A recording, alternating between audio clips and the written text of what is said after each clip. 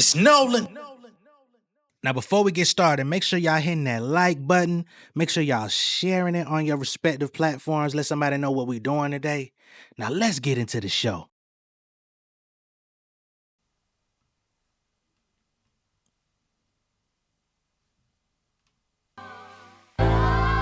Yeah, tell him I preach to the choir. We just gon' reach for the sky. Gotta get paid for I meet my demise. Yeah, tell him I preach to the choir. Stand on my feet to the fire. Give all the glory to God. Yeah, tell him I preach to the choir. We just gon' reach for the sky. Gotta get paid for I meet my demise. Yeah, tell him I preach to the choir. Stand on my feet to the fire. Give all the glory to God. Stand in the midst of these haters, I'm silent, nobody can stop me. Just gotta check in my notification, them numbers hit like it's a proxy. Cashed out at the ATM, and the ATL, they done made a gym. I've been kicking doors like the ATF, got them trying to clone me like Agent Smith. Game time, I invaded gym, high elevated, I can face the rim. Putting shots up, I got laser focus, about to take it over, I'm Invader Zim. On a trip to Florida like it's A&M. Who that nigga, man, they say I'm him. Spit the truth, never wasting film, I can fill the pool, we gon' make them swim. Nigga front you some money, I just got a bag. Even Knievel, I still in my dad. Sweet to your people, before we hit your people and bim your burrito, nigga, that's a rap. I got to put my team up on the map. Army fatigue, I really got the scrap. Watch your demeanor for you take a nap. They call me Lupita, boy, I'm finna black. They been looking for me, but I'm here now. Everything I wanted, I've been getting. Separated from them fake niggas, never played a second, I'm a man. Had to struggle on the back road in a trailer park, I was living. Nowadays a nigga winning, only use a phone to talk business. What's going on, beautiful people? It's the kid J Nolan here. Welcome back to another episode of Inside the Industry, your number one source for music, entertainment, commentary, and breakdowns. Hope everybody's doing well this evening. In this particular show, we're going to be talking about Drake, of course, the projected album sales for his project with Party Next Door, some sexy songs for you, money for you, whatever you want to call it. We're going to get into some of the conversation that's happening around the projected sales for that project. Some people feel like they're justified. Some people feel like the 250 projection is a bit low for Drake, you know what I'm saying? Which some people would be pointing to the fall off or the lack of support coming from UMG. Again, some people feel like it's great. We'll get into all that. We're also going to be talking about Baka. Of course, Mr. Weird Case, why is he around himself? He's taken to social media and shared a video of what looks like some sort of club that had a rolling screen saying fuck Kendrick on it. I don't know if that was the right move. But, the fact that Kendrick recently performed Not Like Us, the song is still going. The song is right back to the top of the charts and all of that stuff. I guess it continues to make him uncomfortable as along with the rest of OVO. And I guess that's rightfully so or to be expected. But not looking too good there. There's also a weird drone video that's been circulating online that people are alleging someone sent the drone up to Drake's penthouse out in Australia. This nigga literally threw a fucking slide trying to knock it out the air. It's the most weird video. It looks so weird. I don't even think it's real, right? But it's it's spreading around. People are laughing. They think it's hilarious. If it's real, then I think that's it's definitely an invasion of privacy. However you want to cut or slice it. But if it's fake, Drake, what the fuck you on, son? Okay. We're also going to get to Drake co-signing 50 Cent in his barrage against Joe Budden. So we got a few things to cover in this video.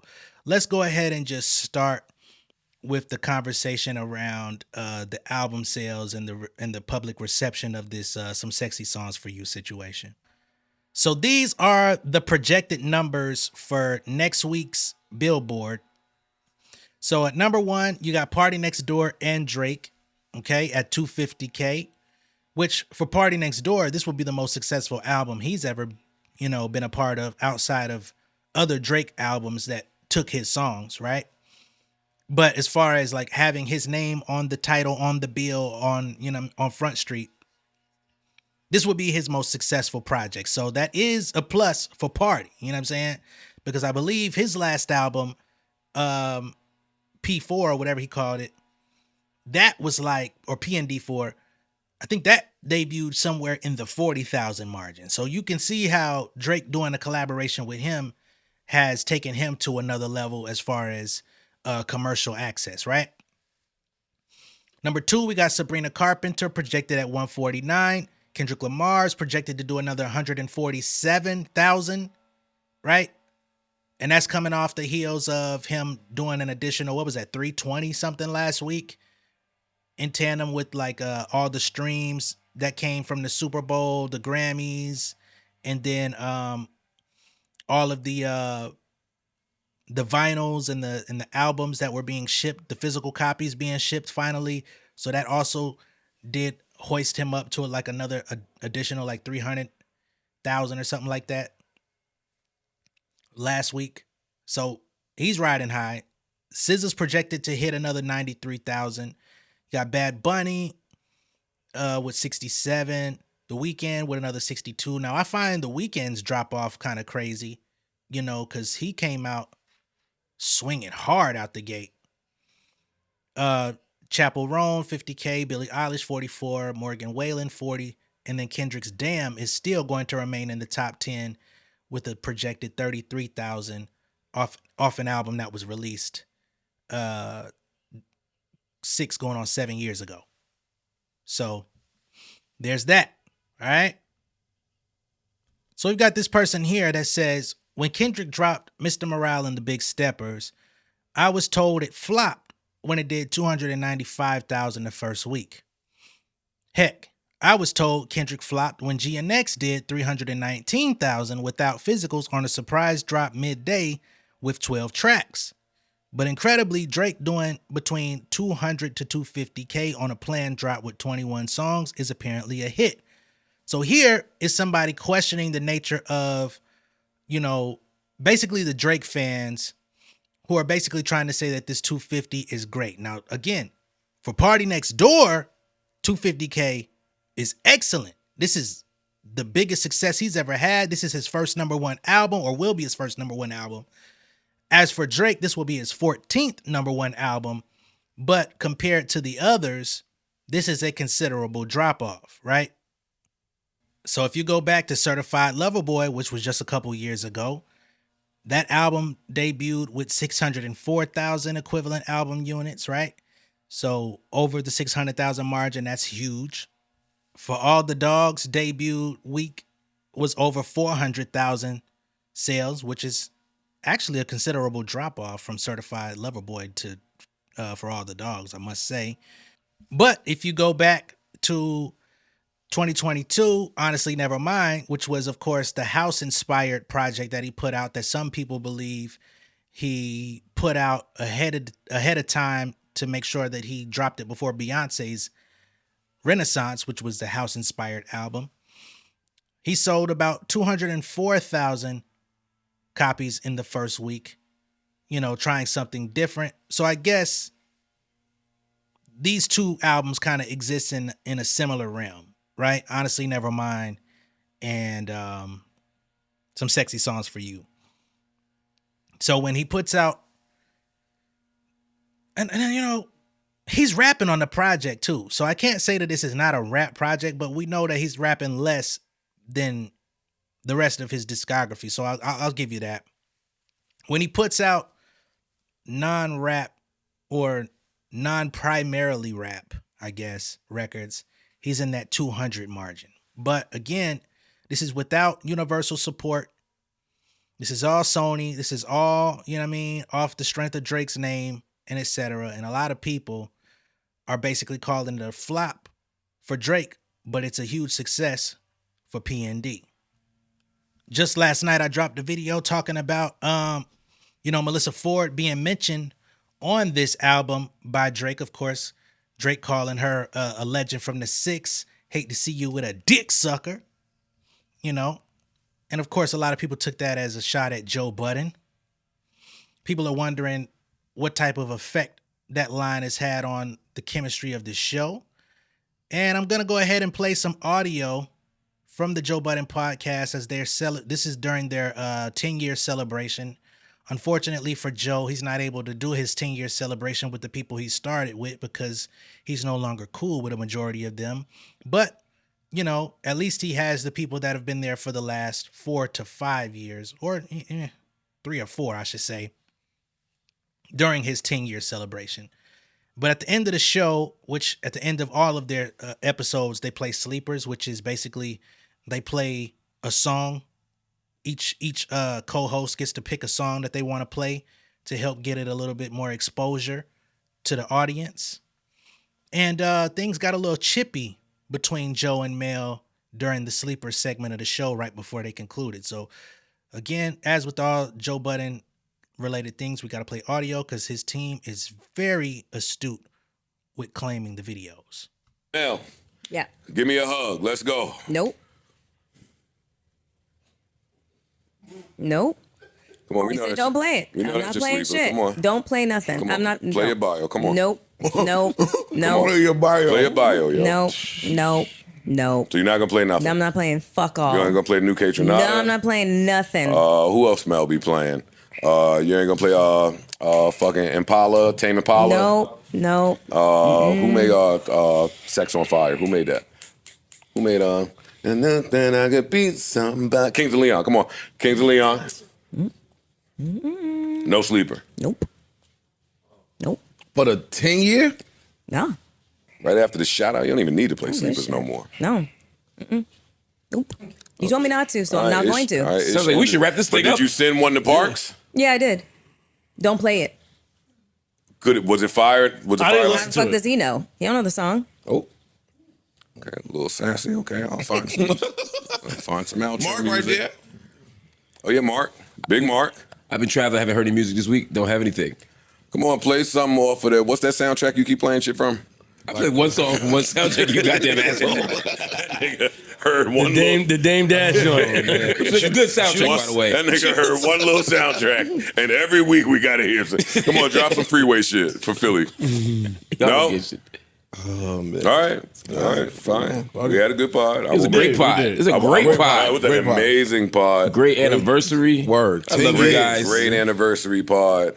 Again, shout out to all the people that have contributed throughout these 10 years. Shout out to the people that are still in the room. I'm not trying to be funny. I wasn't trying to be funny. There you go. I wasn't trying to be funny. Shout out Oh, to we the- gotta pop a. I should have bottle played and take a Rory's shot song or as a something. sleeper. As a nod, damn, that would have been fire, right? We gotta do a Leon toast for the Thomas 10 years joint. before we get out of here. Rory gonna take off when he. Mention Rory. All right, give him free advice. Next week, Rory, I got you. I'll play the sleeper, man. All right, Mel is done and Mark is done. Yeah, do a A toast. toast would be a good idea. Toast? Yeah, we should do a gotta toast. We should do a toast. Oh, it would be so sexist to tell Mel to open this and harken back to her bottle girl days. That would be so sexist. Why do you do this?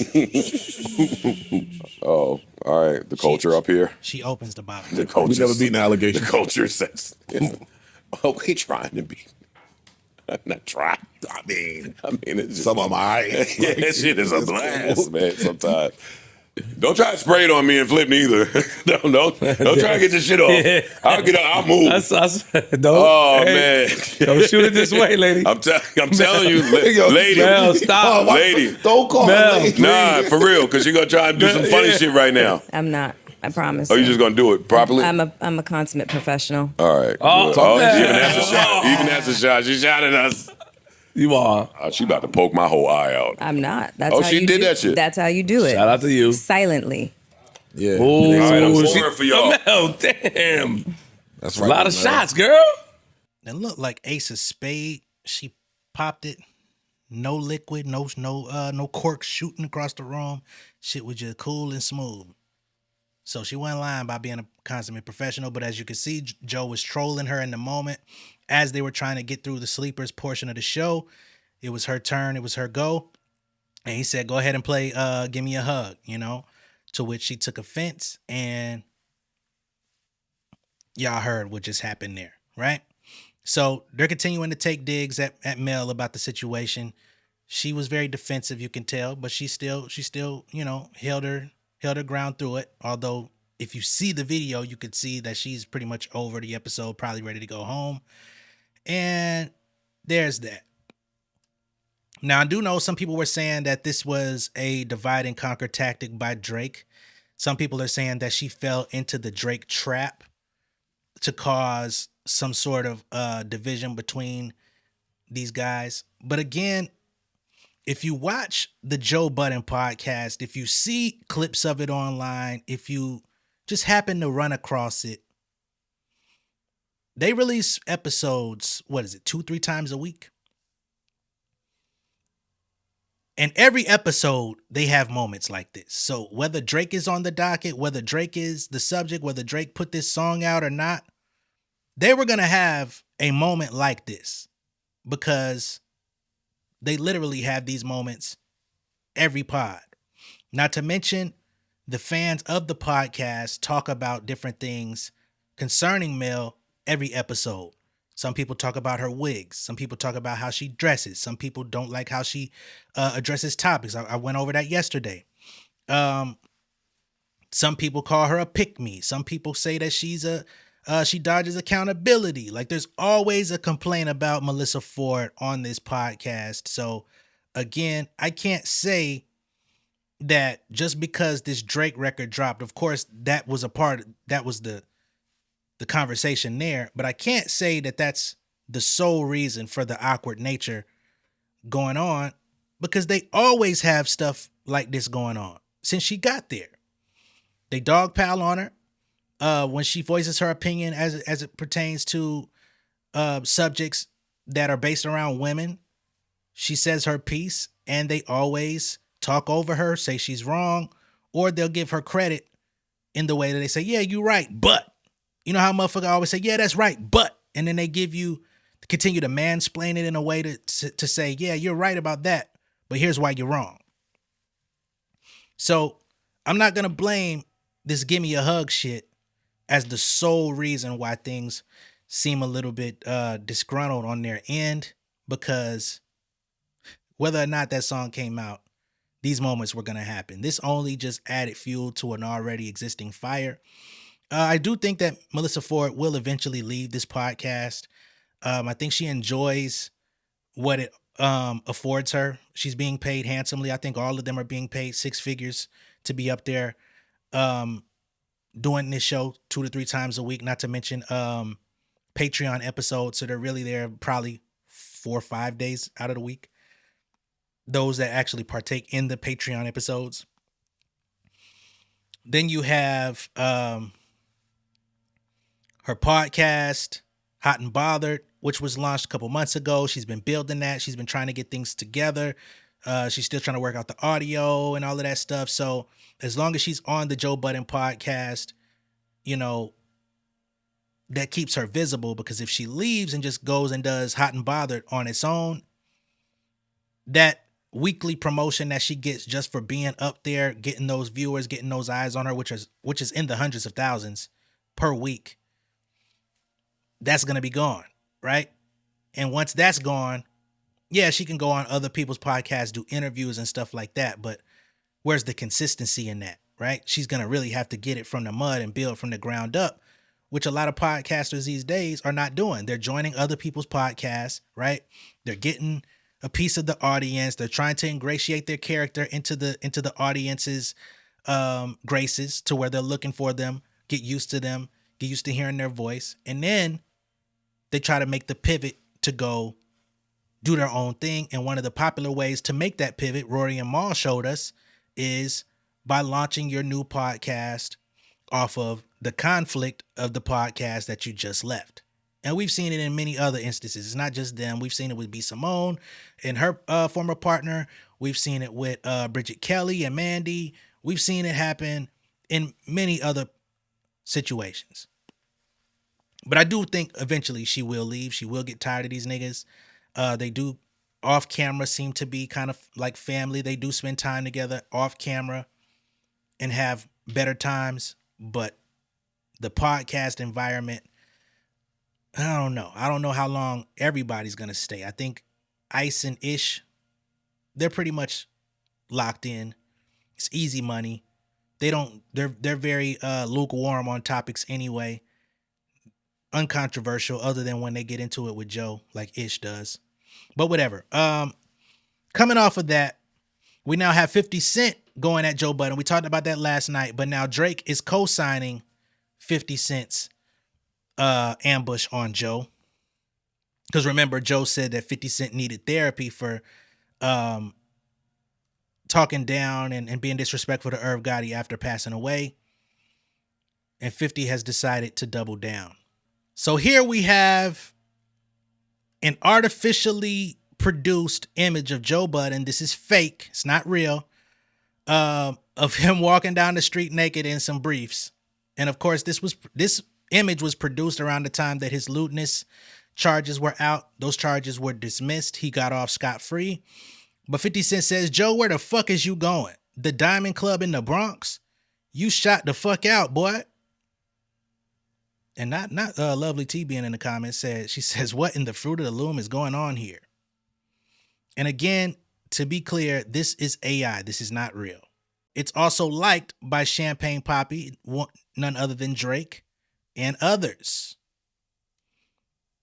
So for anybody that's been saying that 50 Cent and Drake are in unison with a lot of things, we've been seeing that for the past about 6 to 8 months.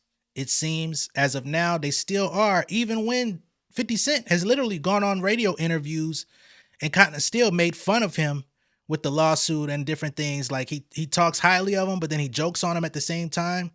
But I guess Drake takes no offense to that from his new big homie.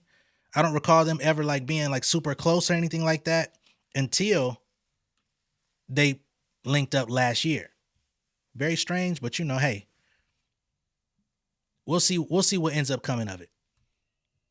I told you at the top of the video about Baka, Drake's friend, who also got dissed on Not Like Us. He took to social media and uploaded a video that said fuck Kendrick Lamar. I don't know why. He must be ready to get dissed again. You know what I'm saying? He must think Kendrick gonna put his name in a song again. He kind of like riding high on this shit or something, because it don't make no sense to me why you would try to go barking up this tree. But here's what homeboy put online. Baka Not Nice. I'm not gonna play this whack ass song he had playing, but I'll replay the video so y'all can see what I'm talking about. So this is some club. I don't know where this club is. I don't know if they're in Australia and this happened to happen where they played Fuck Kendrick on the screen, or if this was something that maybe they were sent and he posted online.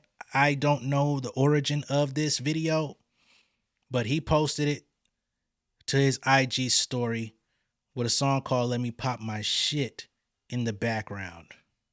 Okay? He's got a weird case. Not sure why he's still around, but clearly he's still with the Certified Lover Boys, okay? So that's Baka Not Nice, a.k.a. Mr. Weird Case, with a message for Kendrick. And, I understand why he would be mad, especially with all these, middle-aged white folks that are getting hip to Not Like Us and doing conspiracy theories on, I won't even say conspiracy theories, but breaking down their perspective of Not Like Us. They're digging into the anthology of the beef and the history of, the weird cases that exist within that camp and all that stuff. So, yeah, it is definitely continuing to spread like wildfire. It definitely continues to make him look bad, specifically because, all these people that weren't familiar with the characters being named, they're certainly looking into Baka. I saw one video of this lady. She was definitely trying to do some investigative shit. And she was like being flabbergasted in real time as to her findings, especially as it pertained to Baka. But yeah, these guys they're not happy. I saw something about some casket with Drake's name on it outside of DJ Khaled's house. I don't know how real that is or who put that there. That's some weird stuff. I don't know if people are trying to say that Khaled put that there, but it seems to me like some troll activity is happening. I wouldn't be surprised if Drake and his team sent it to him themselves, as like a, I don't fuck with you. You thought you was gonna play a part in in my demise, you know, based on Khaled's connection to Ross, I'm going to send all you niggas caskets to your crib and show you how empty it is because I'm still alive. I got smoke still coming from my back. Baby, I'm out here. But let's get to the Penthouse video of Drake because this shit is bizarre also.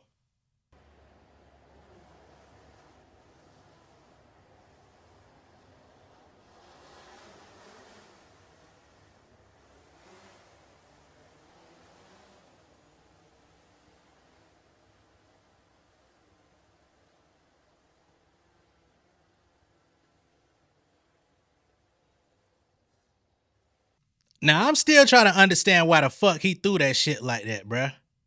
Why did you throw it like that, dog? Look at this shit. Just perfectly timed. He gets this slide. He's throwing it. This nigga couldn't throw a fit if he needed to. What? Boy, you were supposed to throw a fastball and throw a slider. How the fuck did you do that? What the hell? You supposed to be throwing it to home base. This shit went all the way over third base. What the hell, Cal Ripken? That is not how you do that. I'm sorry, y'all. I think this shit fake. I think this is fake. I think this is fake as hell. I think somebody in his camp did that because how is this perfectly timed with him walking outside? You know what I'm saying? Why did he look like that? Why did he throw it like that? Just seems like it was planned to like to continue to form a narrative of people are invading my privacy. I can't even sit in my penthouse in peace. People are sending drones up here. I wouldn't be surprised if that shit end up in his fucking lawsuit. Even as I'm out here peacefully in Australia trying to resume my tour, people are sending drones harassing me. Nigga, come on, man. And you just happen to be walking outside unbeknownst and the shit right there for you to throw a slide that you couldn't even throw in the direction of. You threw that motherfucker like a goddamn, I don't know. You threw that bitch down like a quarterback was finna get sacked. Like, shit, let me throw the ball down. Shit, I ain't trying to lose no yardage. What the fuck going on, man? That's why I say Drake is just overexposed, man. He be doing too much. He be doing way too fucking much. So I don't know what's real and what's not. You know what I'm saying? They say the nigga leaked the, you know what I mean? Somebody leaked a dick pic about the nigga. I think that was him. Then you got him doing pictures back in the exact same spot in the mirror, making reference to the shit just to spark up even more conversation about the last time. It's like, come on, man. You're overexposed and you're doing it to yourself. And then when people talk about you and when the talk is unfavorable to you, you feel like, oh man, people are being so mean. People are against me. Nigga, just lay low and do your fucking thing. Like, how hard is that? But I know some people are going to say I'm a hater and all that other type of shit, which I don't understand how. I try to be as objective as possible. And when I am objective, I still get shitted on. You know what I'm saying? I'm gonna catch hate either way. Because if I say something that favors Kendrick, the Drake nigga's gonna shit on me. If I say something that remotely humanizes Drake, the Kendrick fans shit on me. So I like to always remind people, I'm on nobody's side. I am loyal to J Nolan, okay? My family, my household. Everybody else, until further notice, until I develop a relationship with somebody that can say, hey, no, I'm not going to talk down on my homie like that, which the likelihood is not going to turn out that way because of my objectivity and my, my stance of not being afraid to speak on certain topics against other people's discretion or what they feel is comfortable for them. Probably not going to happen. But there we have that. Let me know what y'all think of all this down below in the comments. Be sure to like and share this video. If this is your first time seeing me on YouTube, go ahead and subscribe to the channel, become an insider. I'll catch y'all on the next one, man. Peace. King of my city and cul-de-sac. Coming out swinging like soldier rags. Leading my people like quarterback. Boy, I study this shit, I'm an almanac. Had to get up and grind. Knowledge is booming, I'm here to apply. Came with the chip and the dip, it just single the mind. We finna do more than survive. I need my check. Spinning the block for the Gouda. We hitting the jeweler to flood out the net. We don't do beef on computers, I'm straight out the sewer. We come when you rest. Niggas be looking perplexed, so keeping my foot on their neck. No map, I trust my gut for the quest. But drama, I'm fully abreast. I was ready for years and they died of me. All of a sudden they tell me they proud of me. I been dropping these haters like calories. Cross them out, I came back with some boundaries. Stand for my honor, but too raw, no corner. Packing the stick with a drummer. Wanna catch my bad, won't fumble. I done came too far to be humble.